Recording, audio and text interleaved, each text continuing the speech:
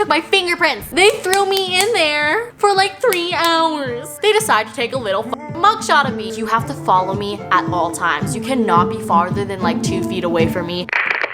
Okay, I just want to put a little disclaimer before this video starts. Throughout the video, the people working at the airport thought that this was like a sex trafficking case or a kidnapping case, which I totally understand. Don't take this the wrong way. I do understand why they took these precautions, and I'm not hating on them. And they also called Canada and asked them if I was being kidnapped or if I was missing. Hey guys, it's maiphammy here, and today I'm going to be doing a juicy story time about how I was traveling alone in London, and then I got detained at the airport, and then they put me in a foster home, and it took me 2 days to get out, and I had to fly someone all the way from Canada to London to get me out of the foster home. Now, I haven't done a story time in a hot minute, so I don't know how good I'll be at this. I'll probably be really but bear with me, okay? I'm really bad at storytelling, and it's been like almost a year since this happened. It happened in February and it's now like November. I don't know why I told you guys that. You guys, obviously you guys know what month it is. So, you know, grab your snacks, grab your drinks. This is gonna be a fun time. You know, it's gonna be a sleepover. We're all just hanging out. I'm just telling you a juicy ass story. To prepare for the story time, I skipped the dishes, a slush, and an ice cream cake from Dairy Queen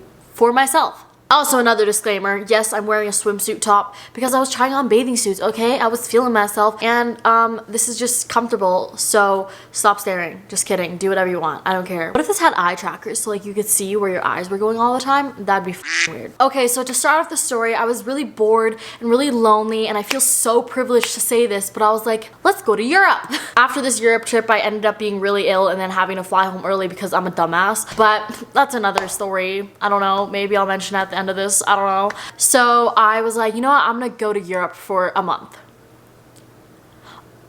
So I was freshly 16 at this time, you know, let's do it. I've traveled alone before to Bali, and if you guys want to know how I travel alone, I could definitely do a video on that because it's super interesting to me, and it's kind of crazy to me how I have the privilege and the opportunity to, so I could definitely let you guys know how I do that. But anyways, going on with the story. So I was like, let's go to Europe. I've been to Europe before, and it was when I was in grade 10 with my school, so it was a year before this trip. But I was like, you know what? I want to go to Portugal. I want to go to Spain. I want to go to Italy again. I want to go to Paris. I want to go to France. I want to go to the Netherlands. I want to go to the UK. I just want to go everywhere, right? So I was like, let's do this. I'll do it by myself. And you know, I'm a big girl.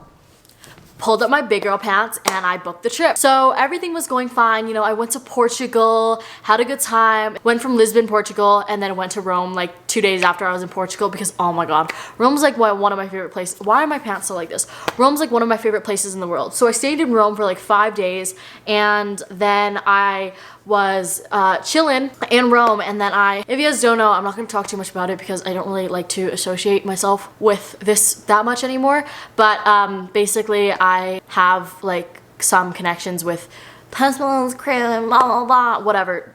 I need to shut up about that. So they were about to start their Europe tour, and they're like, yo, come meet us in London. We'll be going to Ireland soon, blah, blah, blah. So, you know, I was chilling, having a good time, and people in Portugal and Italy, the people that showed me around were actually subscribers, so thank you guys so much if you guys did that. But I was having a good time, and then I was like, you know what, we're gonna go to London. So I booked a flight for probably like $100, and I hopped on it. So first, the story starts off with me getting to the airport. The Ubers are like $90, which is so expensive, but I don't care, it's whatever. So I get to the airport, and then I booked this flight for Ryanair, and I've never flown Ryanair before, and I've heard like bad stories about it, but I'm like, positive mindset, how bad can it be? Like, I'm never negative about things. I'm like, if it's cheap, it's cheap. So I book a flight with Ryanair, and I get to the airport, and you know, I check in and everything, and my mistake, I was backpacking the trip, and I've done a backpacking trip in Bali before. It hurts your back, and I probably would never do it again, but I was carrying a heavy ass backpack, like heavy. It had everything for mine for a month, like shoes and everything. So I was carrying this backpack, and it hurt my back so bad, so that was my fault.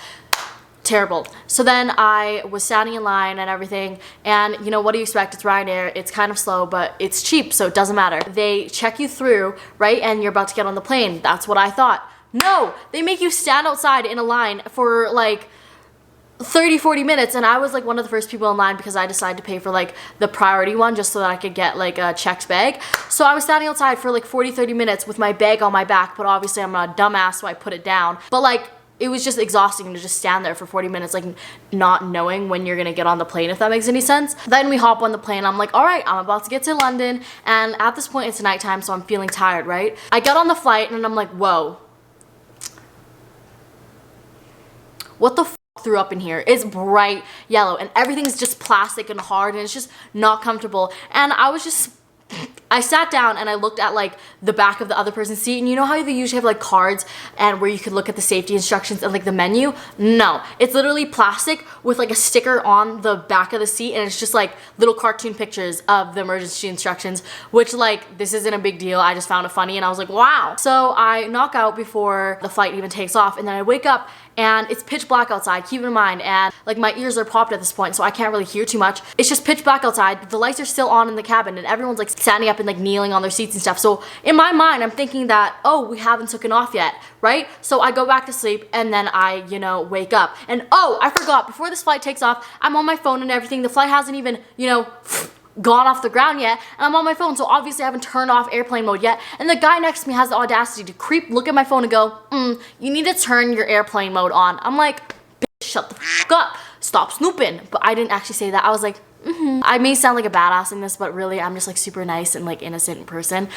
I don't have the balls to say this to people. So, you know, I wake up again and everyone's still standing up, kneeling, talking, and then the lights are still on and it's still pitch black outside, and I don't know if we're taking off yet. And at this point, like 45 minutes go by and I'm like, is this plane f***ing delayed or something? I'm like starting to feel sick at this point, like my nose is all getting runny and stuffy. And I just kept waking up between this flight, but eventually we land and I'm just like, wow, I'm just a f***ing dumbass. And Ryanair just keeps their lights on and I was just a f***ing dumbass. So I'm like, you know what? We're here in London, it's gonna be good. I'm gonna go to bed, have a nice sleep. That's what I thought. So, you know, I walk over, get into the airport, and then there's two lines, and it says one for EU citizens and one for people that aren't EU citizens. And my dumbass thinks EU means European Union passports, not Europe. European Union.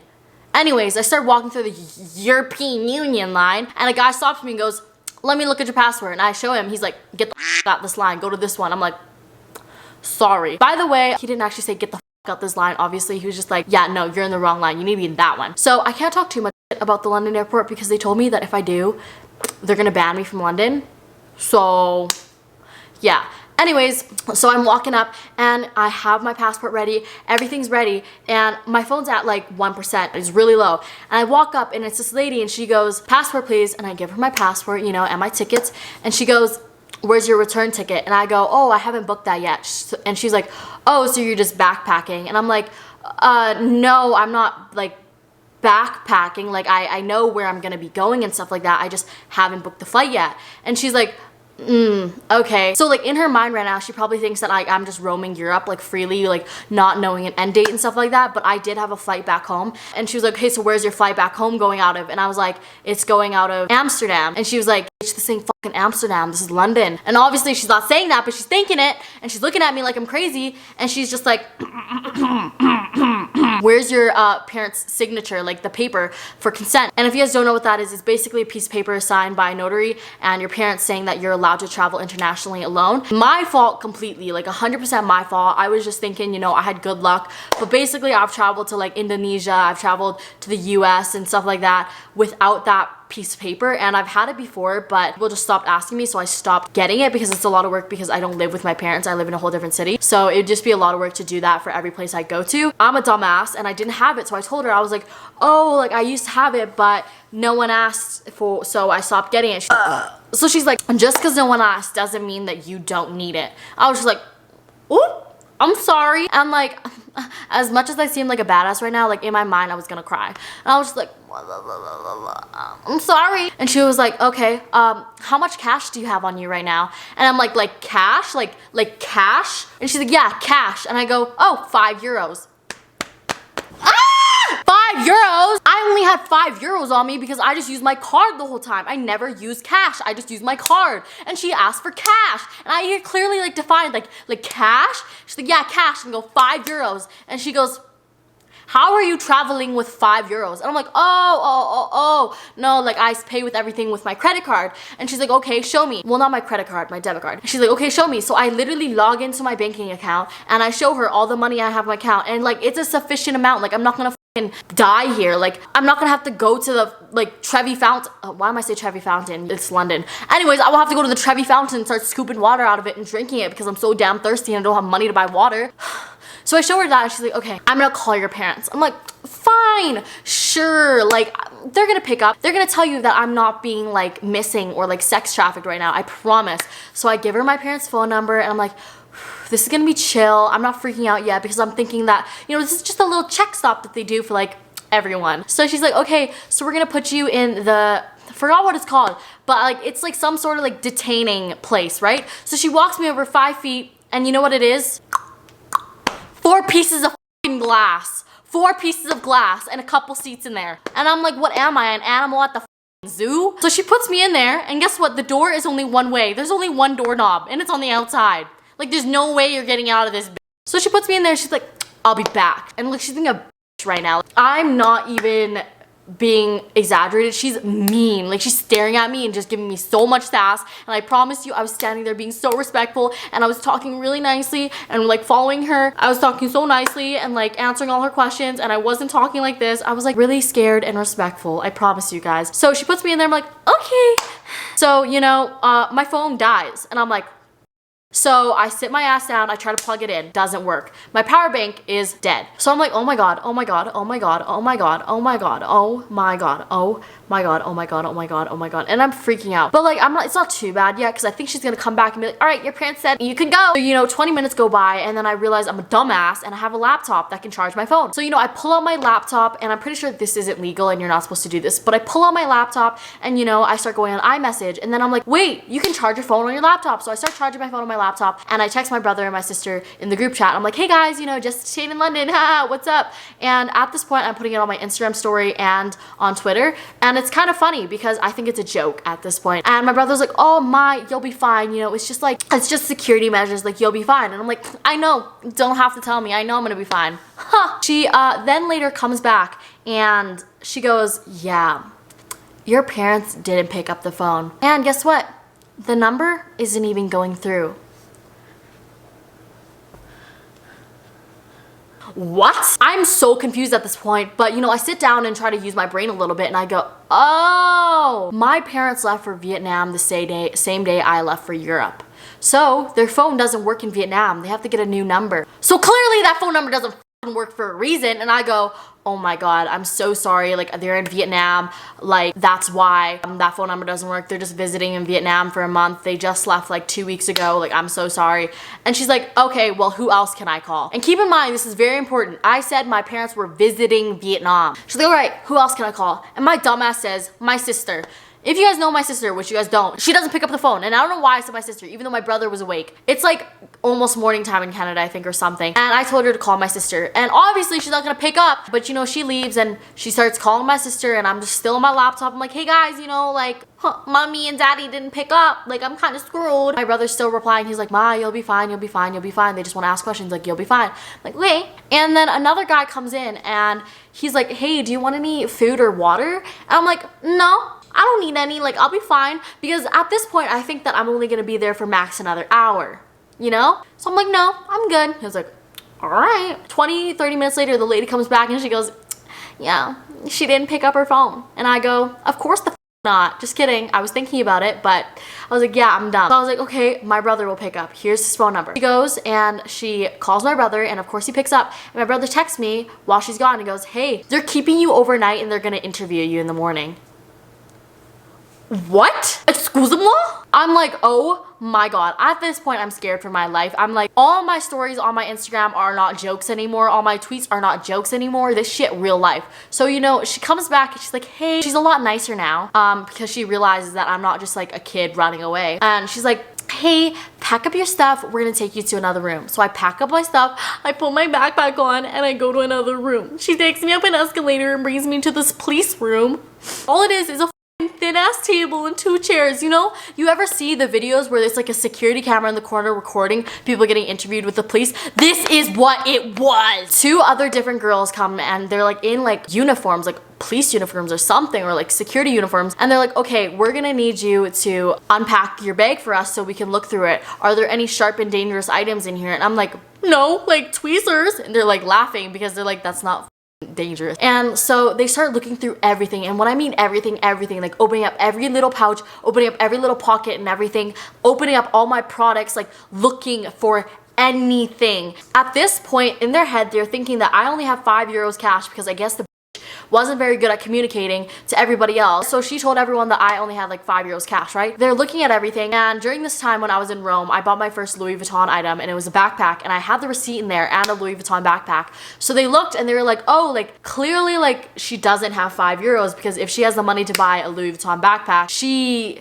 has the money to travel. She doesn't just have €5. So like they were kind of confused, and they were looking at the receipts and everything, and then they started looking at my credit cards and stuff, and they were like, oh, so like you do have cards and stuff. They were like, whose are they? And I'm like, oh, they're my sister's. And they're like, why do you have your sister's? I was like, oh, because my sister lets me use her credit cards while I travel. They're like, oh, okay, makes sense. And they're just looking at everything, and everything's safe obviously because I'm not a drug lord, and you know, so they make me pack up my bag again. They're like, okay, once you pack up your bag, sit here and wait. And I didn't hear, like, they're like, okay, just pack up your bag. So I packed up my bag, and then they left, and I thought that, like, my dumbass thought, you know, follow them. So I packed it up and I started walking out of the room, and they're like, no, excuse me, what the f you think you're doing? And I'm like, sorry.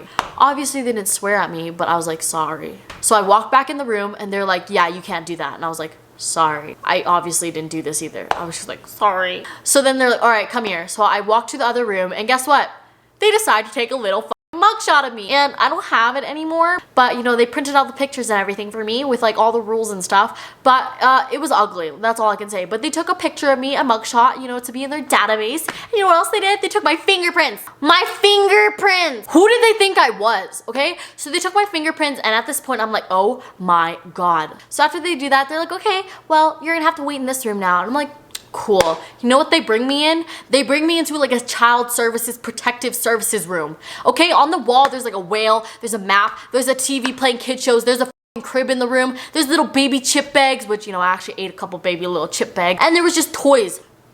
I knew I was screwed. They just throw me in this room, and they leave me in there, and then another older guy comes in, and he's like, with the child protective services, he's in a different uniform. He's like, hi, my name is like Richard. I'm here with Child Protective Services to just ask you a couple questions. Like, are you okay? Do we need any food? Blah, blah, blah. Oopsies, my camera battery died. Anyways, so he was really sweet and everything. I'm like, no, I don't need food, blah, blah. He's like, yeah, and unfortunately, we can't let you keep your phone and any electronic devices or anything from your bag. And this is when I freaked out, because like, at least before I felt a little bit safe because I could still like get in contact with like my brother and stuff like that. And I could still talk to you guys like on Instagram, and you guys can like comfort me, make me feel okay. But no, now I'm screwed. So, you know, he grabs my bags and everything. He grabs my phone, and I'm like, he's like, all right, so I'll be back later to check up on you. When he said later, I thought he meant 30 minutes. 45 max. They threw me in there for like 3 hours with no human contact. And I could hear them outside the door just talking. And you know what? They were talking about YouTubers. They kind of knew I was a YouTuber because they asked me like what I did for my job and stuff like that. But you know, I was like kind of sad. So there was a security camera up in the corner, and I was about to cry. So you know what I did? Say this was the table I was sitting on. I went, and I just cried. I cried and I cried. And then I cried myself to sleep. So, you know, 3 hours or so, I obviously didn't have a clock in there. I couldn't tell the time going by, but I assume it was like 3 hours. Maybe it could have been 30 minutes and I was just tripping. Anyways, 3 hours go by, and then I hear a knock on the door, and I'm like, what? And you know who walks in? I forgot what it's called, but like it's a child service like worker, like a service worker, a child service worker. I'm gonna search this up. Oh, it was a caseworker or whatever they're called. So she comes in, she's like, hi, my name's Jill, and today I'm gonna be taking you to go to a home. And I'm like, a home? A what? A home? I was like, yeah, so sorry it took us so long. We finally found, fortunately, a foster home for you to stay at. And I'm like, oh my god. So they gave me my bags and my phone back at least though. So I was like, okay, well, this is a little bit better. But I was like, a foster home, every time you hear about a foster home, it's usually like scary, I guess. I've never, like, I didn't really know what it was, but I put it on my story and I was like, oh my god, guys, and they're driving me to a foster home, and everyone was DMing me. They're like, oh my god, like, be safe, blah blah blah, like, I feel so bad for you. So in my head, I thought it was a bad thing. Like, I had no prior knowledge to what a foster home was, right? So I was like, oh my god, oh my god, oh my god, I was freaking out. And while we were on the drive there, she's like, okay, so like, she's like, oh, I heard you do YouTube, that's so cool, blah blah blah. And I was like, yeah. So she's like, so do you know why there's an issue with this right now? And I'm like, honestly, no. Like, maybe because I'm underage, my parents won't pick up. And they're like, yeah, and you only have 5 euros and your parents live in Vietnam. And I'm like, what you say? Oh, that you only meant well. What? Come again? She said my parents live in Vietnam and I only have 5 euros. What? So I'm like, I don't have 5 euros and my parents don't live in Vietnam. They're like, oh, wow, that's what everyone thinks. I'm like, yeah, well, they must be very confused because that's not right. They're like, oh, well, hopefully we can get it resolved tomorrow. And I was like, yeah, because that shit ain't right. So she's like, oh, well, you know, we'll get it fixed tomorrow, blah, blah, blah, blah. Like, we'll get your story straight. Everyone just must be confused. And by the way, I'm going to tell you guys this now because clearly I'm not tripping. At the end of this, they told me that the papers, like the file of mine was so unorganized, so confusing. There was a whole bunch of different like stories in the file, and everyone in the London airport clearly didn't have their shit together, and they were just sending different stories to everyone, and everyone was confused. They told me that at the end of that, they were extremely sorry that everyone got confused over this. And anyways, so I'm thinking in my head right now that this foster home is gonna be sketch AF. We pull up, and they have a Range Rover in the driveway. Oh, so we walk into the house and it's a beautiful house. The kitchen is attached to a sunroom, and like, you know that they're rich when their fridge is like a cabinet, like it's disguised as a cabinet. And they had like strawberries in like little packs of 4, and I was like, what the f is this? And the lady is like, hi, nice to meet you. Like, do you want any snacks? Do you want any food? Blah, blah, blah, blah. She's like, my name's like Karen. Not Karen. Why are we gonna name her Karen? My name's Betty and I'll be taking care of you today. And she showed me my room and everything. And I was like, wow, this is nice. Wow, I was impressed, okay? I was not scared at all at this point. I was like, you know what? I'm not gonna cry again. The caseworker, whatever, social worker was like, all right, we'll see you tomorrow at 12 p.m. for your interview. I'll come back here to drive you. And I was like, okay, sounds good. So, you know, I go into the room and I shut the door and I don't go outside till the morning. So I decide to, you know, actually edit a video and get some shit done. And like, I can't believe I was just continuing my YouTube job while this was all happening. But you know, it was funsies. I uploaded a video, I went to sleep, and I woke up the next morning, you know, got changed, I wore a good outfit, and then the worker was there to pick me up and we drove over to the airport. So, you know, I thought it was just gonna be like kind of the same as yesterday, but no, we get to the airport and we meet up with another like officer, and she was aggressive, okay? I think she thought that I was like doing something bad, so she was just extra aggressive. When we get there, she's like, you have to follow me at all times. You cannot be farther than like 2 feet away from me. No cell phones, no nothing. You have to follow me. I'm like, okay. So I'm following her and she turns back,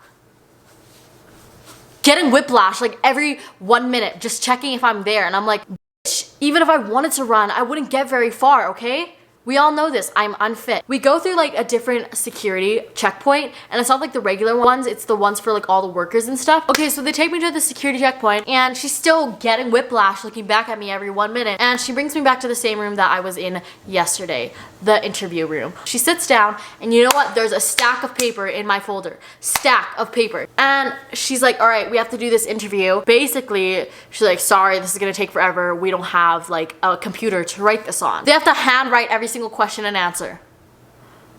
What the f? You're telling me that they couldn't afford a computer? Even though I'm pretty sure the London airport like makes the most money out of like all the airports in the world?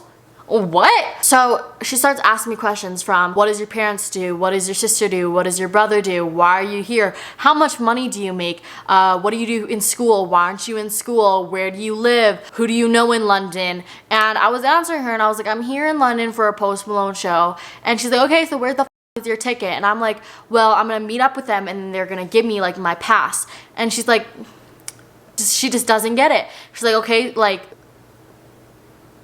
what? I'm like, yeah, like I've done this before, and I usually just meet up like with the Post Malone crew, and then they just give me their pass ticket then. Like I don't buy my own tickets. She's like, okay.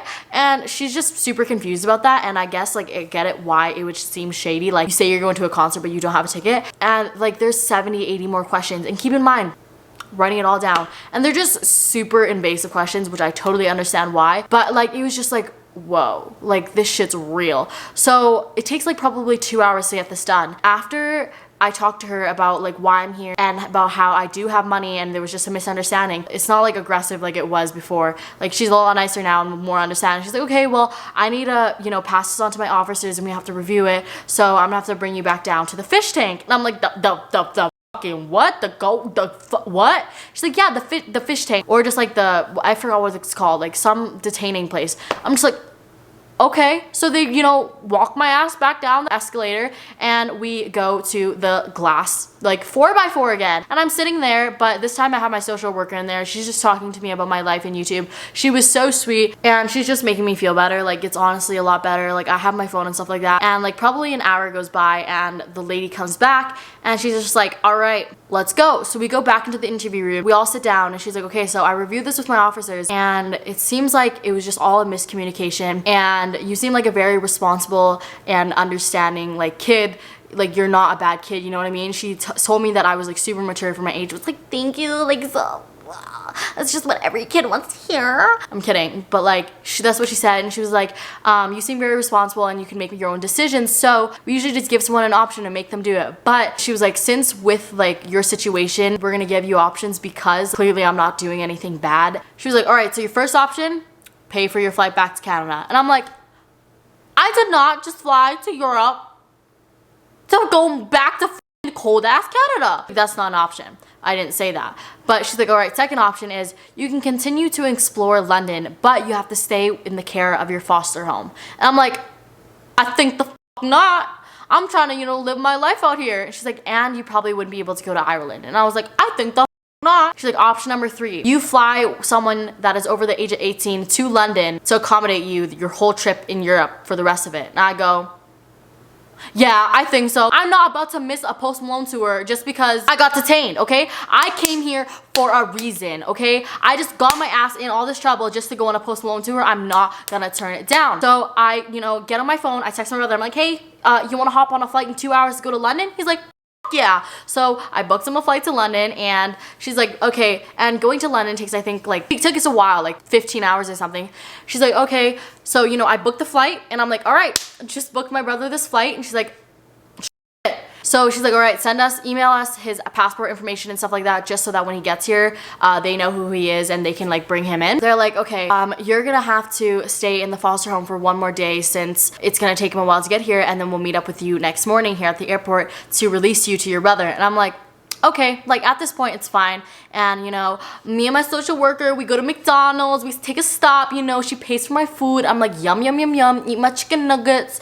And I go to my foster home, and when I walk in, there's like 2 kids in the living room. It's a baby and then like a guy that's probably like 16, like my age, and they're both in the living room, and like he says hi and I go hi. But you know, I don't want to disturb this family. Like I'm just here for the night, you know, so like I don't want to be a nuisance. So I go into my room and I don't go out until the next morning. I wake my ass up, get ready, and the foster home, like the mom of it, is gonna drive me to the airport. Like I don't need my social worker anymore. So you know, we hop in the Range Rover, and she's like, hi, like oh my god, like we're actually talking now. She's like, yeah, like they told me about your whole situation, like that's so dumb, like that they didn't understand anything you were saying and that you had to go through all this, and like my son knows that you're a YouTuber and watches your videos. And I'm like, what? You're telling me this whole time I sat my ass in the room, did nothing, even though your son out there knew who the fuck I was? She was like, yeah, he went up to his sister's room and was like, oh my god, you know how I always tell you your room's always messy? Well, guess what? The girl who cleans their room is here staying at the house. She's like, oh my god, and they were freaking out and stuff like that. And she started talking about how her son, about how she's a tennis player and how he's my age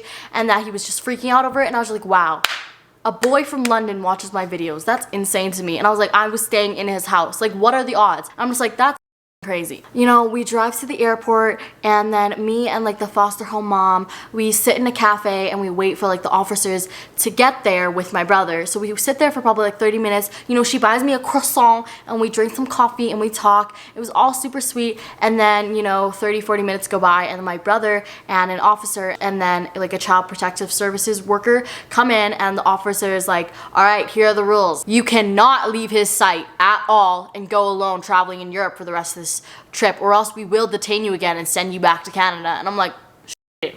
Okay. The child service worker just like talked about all that stuff, and I was like, okay, we're good. They let me free, and me and my brother had a jolly time in Europe. We went to Paris together, we went to Amsterdam together, we explored London and Birmingham and Manchester, and we had an awesome time, and my brother got the trip for free. So thanks, Wang, for saving me. Was that entertaining? I hope it was. If it was entertaining enough, please subscribe. Follow my social medias on the screen right here. This story time kind of reminded me of Tana Mojo's, not gonna lie. She also got detained in London, so like twinning. But yeah, please subscribe. Please comment down anything you guys want, because I read every single one of my comments. And until next time, peace. East and the west, I'm racking up on my breath, power on me, I'm feeling just like a Tesla. Too much tree, the smoke is making my chest hurt. Girl on me, I'm thinking I should've rest her. Hey, I'm thinking I should've rest.